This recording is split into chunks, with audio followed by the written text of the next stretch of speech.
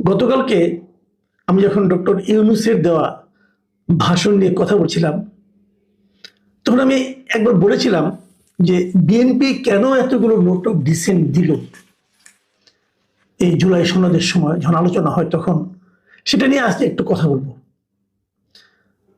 আমরা সবাই জুলাই সনদ নিয়ে হইচই করছি, আমরা সবাই বলছি যে জুলাই সনদের বিপক্ষে কে, জুলাই সনদের পক্ষে কে, কিন্তু আপনারা কি কেউ একবার ভেবে দেখেছেন আসলে জুলাই সনদের মধ্যে আছেটা কি? জুলাই সনদটা বাস্তবায়িত হলে দেশে কি আসলে শান্তির সুবাতাস বয়ে যাবে? আসলে কি দেশে গণতন্ত্র ভরে যাবে? এটা কি আসলে বিএনপির জন্য অথবা যে সরকারটা ক্ষমতায় আসবে তাদের জন্য খুব একটা গ্রহণযোগ্য হবে? এবং এই সনদ মানলে কি দেশ চালানো খুব স্মুথলি দেশ চালানো সম্ভব হবে? এই সমস্ত নানা বিতর্ক কিন্তু আছে।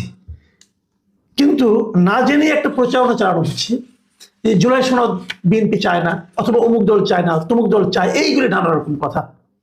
যারা এই সনদটা প্রণয়ন করেছেন তারা কি খুবই সৎভাবে গণতন্ত্রের প্রতি অনুগত হয়ে দেশের মানুষকে একটা গণতান্ত্রিক প্রবাহের মধ্যে মানুষকে প্রবাহিত করার জন্য তারা কি কাজটা করেছেন? আসলে একটু আলোচনা করি। তার আগে আমি একটু বলে নেই যে ডক্টর ইউনূস গণভোটের যে আয়োজন করতে যাচ্ছেন, সেই গণভোটে যে 4টা প্রশ্ন থাকবে যার উপর আপনাকে হা বলতে পারে। আপনি যদি হা ভোট দেন তার অর্থ হচ্ছে আপনি 4টা প্রস্তাবকে স্বীকার করলেন। যদি না ভোট দেন তাহলে আপনি বললেন যে আপনি 4টা প্রস্তাবকেই না বললেন। কারো কারো তেমন হতে পারে যে আমি একটা প্রস্তাবের পক্ষে আর 2টা প্রস্তাবের পক্ষে না, অথবা আরেকটা প্রস্তাবের পক্ষে, এমন তো হতেই পারে। কিন্তু তার কিন্তু কোনো অপশন নাই। হা বললে 4টাই হ্যাঁ, না বললে 4টাই না। তো এটা কিন্তু অনেকের জন্য একটা বড় কষ্টের ব্যাপার হবে। আমি হয়তো খুব চাই যে আমি 2টো ব্যাপারকে হা বলতে চাই, আর 2টো ব্যাপার আমার পছন্দ না, আমি কি করবো? যদি হা দেই তাহলে যেটা আমার পছন্দ না সেটাকে আমার স্বীকার করতে হবে, আর যদি না দেই তাহলে যেগুলিকে আমার পছন্দ সেগুলিকে অস্বীকার করতে হবে। বিষয়টা কিন্তু জটিল। আবার এই 4টা প্রস্তাবের মধ্যেও কিন্তু অনেকগুলো ছোট ছোট প্রস্তাব আছে। আমি কেবল একটা প্রস্তাব নিয়ে আজকে আলাপ করবো, একদম প্রথম প্রস্তাবটা নিয়ে আলোচনা করব, এবং সেটার ব্যাপারে বিএনপি জুলাই সনদে কি বলেছিল সেটাও বলবো, এবং কেন বলেছিল সেটা আপনারা বুঝতে পারবেন। কতে কি বলা হয়েছে? কতে বলা হয়েছে নির্বাচনকালীন সময়ে তত্ত্বাবধায়ক সরকার, নির্বাচন কমিশন এবং অন্যান্য সাংবিধানিক প্রতিষ্ঠান জুলাই সনদে বর্ণিত প্রক্রিয়ার আলোকে গঠন করা হবে। খুব ভালো। নির্বাচনকালীন সময়ে তত্ত্বাবধায়ক সরকার কিভাবে গঠন করা হবে এই ব্যাপারে সবাই একমত হয়েছেন। নির্বাচন কমিশন কিভাবে গঠন করা হবে এ ব্যাপারেও কারো কোনো দ্বিমত নাই। কিন্তু ওই যে অন্যান্য সাংবিধানিক প্রতিষ্ঠান, সেটা জুলাই সনদে কি সবাই একমত হয়েছেন? আচ্ছা, অন্যান্য সাংবিধানিক প্রতিষ্ঠান বলতে কি বোঝায়? আমি দুই একটা উদাহরণ দেব। যেমন ন্যায়পাল নিয়োগ। ন্যায়পাল একটা সাংবিধানিক প্রতিষ্ঠান। সরকারি কর্ম কমিশনের নিয়োগ, মানে পিএসসি যেটাকে বলি আমরা, সেই পিএসসির যে নিয়োগটা হয়, পিএসসির চেয়ারম্যান মেম্বার যারা হয়, এটা হলো একটা সাংবিধানিক পদ। সাংবিধানিক পদ মানে তারা শপথ নিয়ে এই পদগুলিতে আসে, এবং শপথ নেওয়ার পর তাদের মেয়াদের আগে যদি তারা নিজেরা পদত্যাগ না করে তাদেরকে আপনি সরাতে পারবেন না। এটা সাংবিধানিক পদ।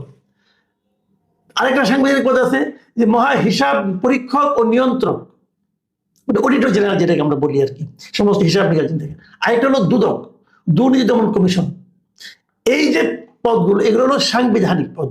এই সাংবিধানিক পদ নিয়োগের ক্ষেত্রে ওনারা বলছে যে জুলাই সনদে বর্ণিত প্রক্রিয়ার আলোকে এটা নিয়োগ করা হবে।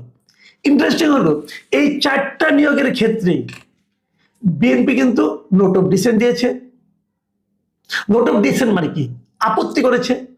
এখন যেগুলিকে বিএনপি আপত্তি করেছে, অন্যান্য দল কয়েকটা দল আবার সমর্থন, বিএনপি সহ কয়েকটা দল আপত্তি করেছে, এবং কোনো কোনো দল এটাকে সমর্থন করেছে। তো সেইটাকে আপনি জুলাই সনদ যদি আপনি মানেন তাহলে আপনি কোনটা মানবেন? বিএনপির আপত্তিটা মানবেন, নাকি বিএনপি ছাড়া অন্য যারা অনাপত্তি করছে এটা মানবেন? তো এটাকে আপনি কিভাবে এখানে আনলেন? জনগণ হা বললো, জনগণ কোনটাতে হা বললো? কারণ জুলাই সনদে তো বিএনপির লোকের আপত্তি করছে। আচ্ছা চলেন দেখি, আমরা একটু দেখে নেই যে বিএনপির আপত্তিটা কেন। আসলে আমরা একটু বুঝে নেই যে আসলে ন্যায়পাল নিয়োগে কি বলা হয়েছে, পিএসসির চেয়ারম্যান নিয়োগ, পিএসসির মেম্বার চেয়ারম্যান নিয়োগ করা কিভাবে হয়েছে, এটা আমরা একটু বুঝি। ন্যায়পাল নিয়োগের জন্য নিয়মটা কি হচ্ছে? ন্যায়পাল নিয়োগ করা হবে, এই ন্যায়পাল যারা ঠিক করবেন এরকম একটা 7 সদস্যের একটা কমিটি হবে। সেই কমিটিতে কে কে থাকবেন? থাকবেন স্পিকার। আগে বলে নেই, এরা কিন্তু স্পিকার কি হবে, ডেপুটি স্পিকার, এগুলো বলা হয়েছে জুলাই সনদে। স্পিকার হবেন সরকারি দলের লোক। তাহলে 7 জনে একজন হবেন স্পিকার, আরেকজন হবে সংসদ নেতা, মানে যিনি সংসদের নেতা হবেন, মানে প্রাইম মিনিস্টার আর কি। তো উনিও সরকারি দলের লোক। দুজন হলো গভর্নমেন্ট দলের লোক। আর রাষ্ট্রপতির একজন প্রতিনিধি থাকবেন। রাষ্ট্রপতি এই পদটাই হলো একটা নিরপেক্ষ পদ হবে, এটা কোনো দলের পদ হবে না। যদি রাষ্ট্রপতি নিরপেক্ষ হন তাহলে উনি একজন নিরপেক্ষ ব্যক্তিকে নিয়োগ করবেন, তাহলে এটা হলো নিরপেক্ষ ব্যক্তি। প্রধান বিচারপতি একজন প্রতিনিধি হবেন, এখানে আসবেন। তো প্রধান বিচারপতি এটাও একটা দল নিরপেক্ষ পোস্ট। তো ধরা যাক উনিও একজন নিরপেক্ষ ব্যক্তিকে মনোনয়ন দিলেন, তাহলে দুইজন পেলাম সরকারি দলের, দুইজন পেলাম নিরপেক্ষ। তারপরে আসবে ডেপুটি স্পিকার। ডেপুটি স্পিকার কিন্তু এই জুলাই সনদে বলা হয়েছে এটা হবে বিরোধী দলের কেউ একজন। আর হবে বিরোধী দলের প্রধান, মানে বিরোধী দল যেটা হবে তার যে প্রধান ব্যক্তি হবেন, বিরোধী দলের নেতা যিনি উনি হবেন। আর হবেন কে দ্বিতীয় বৃহত্তম দলের প্রধান। তাহলে কি হলো এখানে? ডেপুটি স্পিকার, বিরোধী দলের প্রধান এবং দ্বিতীয় বৃহত্তম দলের প্রধান, এই তিনটাই কিন্তু বিরোধী দলের। তাহলে কি দেওয়া হলো? ন্যায়পাল নিয়োগে 7 জন সদস্য থাকবে, তার মধ্যে 2 জন থাকবে সরকারি দলের, 2 জন থাকবে দল নিরপেক্ষ, আর 3 জন থাকবে বিরোধী দলের। তো বিএনপি তো সরকারে যেতে চাচ্ছে, তারা ভাবছে তারা সরকারে যাবে, তারা ন্যায়পাল নিয়োগে তাদের লোক থাকবে মাত্র 2 জন, আর বিরোধী দলে থাকবে 3 জন। সরকারি দলকে এটা মানবে? মানবে? মানবে? আপনি মানবেন? আপনি যে সরকারি দলে যান। আচ্ছা ঠিক আছে, আরেকটা আসি, সরকারি কর্ম কমিশন মানে পিএসসি।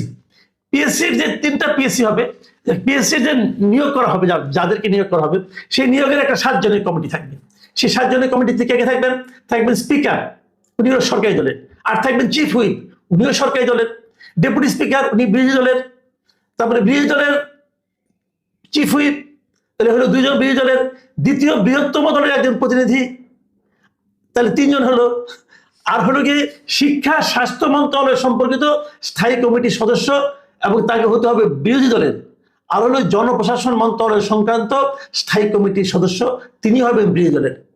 তার মানে এই 3টা সরকারি 3টা কর্ম কমিশনের সদস্যদের নিয়োগের জন্য যে কমিটি হবে, সেই কমিটিতে 2 জন থাকবে সরকারি দলের আর 5 জন থাকবে বিরোধী দলের। তো সরকারি দল এটা মানবে? ধরেন বিএনপি ক্ষমতায় গেল, বিএনপি বললো যে আপনারা যে পিএসসিটা নিয়োগ করবেন, এখানে আপনার থাকবে 2 জন লোক আর 5 জন থাকবে বিরোধী দলের। আর 5 জন বিরোধী দলের সঙ্গে তারা পারবে? তাহলে যে নিয়োগটা হবে এই নিয়োগটা তারা পছন্দ করবে? কোনো গভর্নমেন্ট পছন্দ করবে? বিএনপি এখানে নোট অফ ডিসেন্ট দিয়েছে। আচ্ছা, মহা হিসাব পরীক্ষক, ওখানেও একই জিনিস। ওখানেও দেখা গেছে যেগুলো হবে তার মধ্যে 7 জনের কমিটি হবে, 7 জনের কমিটির মধ্যে 2 জন সরকারি দলের আর 5 জন হবে বিরোধী দল থেকে আসবে বিভিন্ন পোস্ট থেকে। আবার দুদকের যিনি দুদকের সদস্যদের নিয়োগ করা হবে, সেটা নিয়োগের ক্ষেত্রে 7 জনের কমিটি করা হবে। সেই 7 জনের কমিটিতে 1 জন থাকবে সরকারি দল থেকে, 3 জন থাকবে বিরোধী দল থেকে, আর 3 জন হবে দল নিরপেক্ষ। তাহলে সরকারি দলের কোনো ভূমিকা থাকবে এখানে? থাকবে না। আপনি তো বলবেন যে ভালোই তো, তাহলে সরকারি দল কোনো দুর্নীতি করতে পারবে না, বিরোধী দল হ্যান্ডেল করবে। এটা যদি এমন হয় যে বিরোধী দলের সবগুলো গুরুত্বপূর্ণ জায়গা থাকে, অনেকটা এরকম হলো না যে আপনি দৌড় প্রতিযোগিতায় অংশ নেন, যদি আপনি ফার্স্ট হন তাহলে পাবেন রৌপ্য পদক, যদি সেকেন্ড হন তাহলে পাবেন স্বর্ণ পদক। বিষয়টা কি এরকম হয়ে গেল না? হ্যাঁ, সবগুলি নিয়ন্ত্রণ থাকবে বিরোধী দলের হাতে। সরকারি দলের, তাহলে সরকারি দলের যে লাভটা কি হলো? দেশ চালাবে কেনা? সরকার তো চালাবে। দেশ চালাতে যদি কোনো ঝামেলা হয়, বদনাম হয়, তাহলে তো সরকারি দলের বদনাম হবে, কিন্তু নিয়োগ কিন্তু করবে বিরোধী দলের লোকেরা এসে। তো এই যে সাংবিধানিক পদ, আমি একটা ছোট্ট উদাহরণ দিলাম মাত্র, এই যে সাংবিধানিক পদগুলি যে নিয়োগটা, এই প্রত্যেকটা এই নিয়োগের ক্ষেত্রে বিএনপি নোট অফ ডিসেন্ট দিয়েছে। এখন যদি নোট অফ ডিসেন্ট বিএনপি দিয়ে থাকে, তাহলে ডক্টর ইউনূস বলতেছেন যে আপনারা যে গণভোট দিবেন, আপনারা বলবেন, ওখানে বলা হয়েছে যে সাংবিধানিক পদগুলিতে জুলাই সনদের বর্ণিত প্রক্রিয়ার আলোকে গঠন করা হবে। তাহলে জুলাই সনদের বর্ণিত প্রক্রিয়াটা কি? প্রক্রিয়া তো ঠিক হয় নাই। এই যে সমস্ত জায়গায় নোট অফ ডিসেন্ট আছে সেগুলো তো তার মানে কি ঠিক হয় নাই, তাহলে আপনি কিভাবে সাংবিধানিক পদগুলিতে নিয়োগ করবেন? তো ঝামেলা কিন্তু ভাই এরকম আছে অনেক। মানে আমার কাছে মনে হয়েছে ভাই এই পুরাটাই হলো একটা গোজামিলের ব্যাপার, এবং এই গোজামিলটা ইচ্ছাকৃতভাবে তৈরি করা হয়েছে।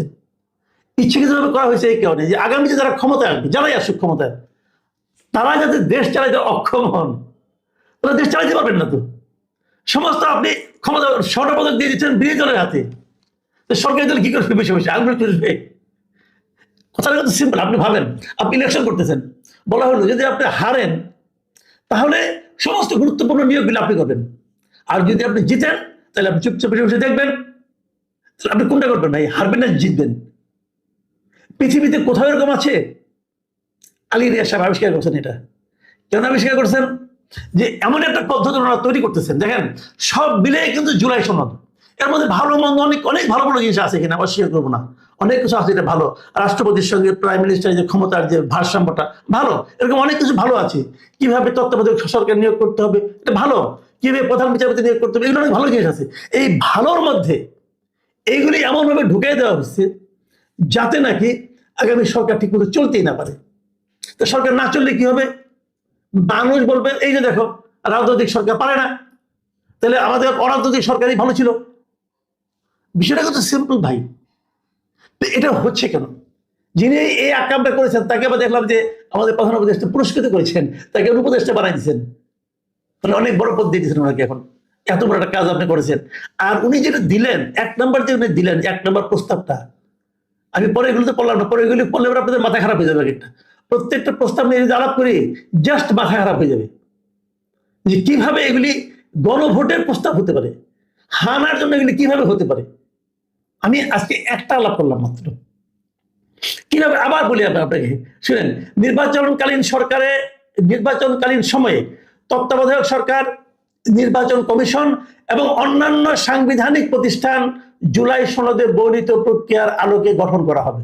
প্রথম যেটা বাদ দেন, নির্বাচন তত্ত্বাবধায়ক সরকার এবং নির্বাচন কমিশন করার কোনো আপত্তি নাই, কিন্তু অন্যান্য সাংবিধানিক প্রতিষ্ঠান যেগুলো আছে সেগুলোর ব্যাপারে বিএনপির আপত্তি আছে, এনডিএম এর আপত্তি আছে, আরো কয়েকটা আপত্তি আছে, এবং সেটা সম্পূর্ণ বিপরীতধর্মী বিষয়। তাহলে এটাকে আপনি কিভাবে পাশ করাবেন? এবং জুলাই সনদে এর সম্বন্ধে বলা হয়েছে এবং কেন তারা নোট অফ ডিসেন্ট দিয়েছে তাও তো বুঝতে পারছেন। এই হচ্ছে জুলাই সনদের নকশা। সব মিলিয়ে ভালো আর মন্দ একসঙ্গে মিশাইলে হয় না। আপনি বললেন যে টেবিলের উপরে 1 মগ দুধ আছে, 1 বাটি খেজুর আছে, কিছু ফল ফলান্তি আছে, আর 1 গ্লাস মদ আছে, এই সবগুলি মিলাইয়া হলো একটা প্যাকেজ। আপনি খাবেন। যদি আপনি মদ মনে করেন, মদকে হারাম মনে করেন, তাহলে তো আপনি একটাও খাবেন না রে ভাই। কিন্তু মদটাকে যদি আপনি বাইরে রাখতেন তাহলে বাদ বাকি সব কিছু স্বাস্থ্যকর। এই হিসাবটা হয়ে গেছে এরকম। একটা প্যাকেজের মধ্যে এমন কিছু জিনিস ঢুকিয়ে দেওয়া হয়েছে, 5টা ভালো জিনিসের মধ্যে একটা খারাপ জিনিস ঢুকিয়ে দেওয়া হয়েছে, বলে কি সবগুলো মিলে হা বলো। আর আপনি না বললে খারাপ লাগবে, তুমি বলে হ্যাঁ তাহলে তুমি দুধ খেতে চাও না, তুমি না বলছো, তাহলে তুমি ফলমূল খেতে চাও না, তুমি না বলছো। ভাই এটা কিসের মধ্যে আমাদের আপনারা ঠেলছেন? দুধ আর মদ কি একসঙ্গে যায়? যাই হোক, আমি মনে করি যেগুলো নিয়ে আমরা আরো আলোচনা করতে পারি, যদি আপনারা আগ্রহ দেখান আমি আরো আলোচনা করবো, প্রত্যেকটা পয়েন্ট নিয়ে আলোচনা করবো, তাহলে বুঝতে পারবেন বিষয়টা আসলে কি।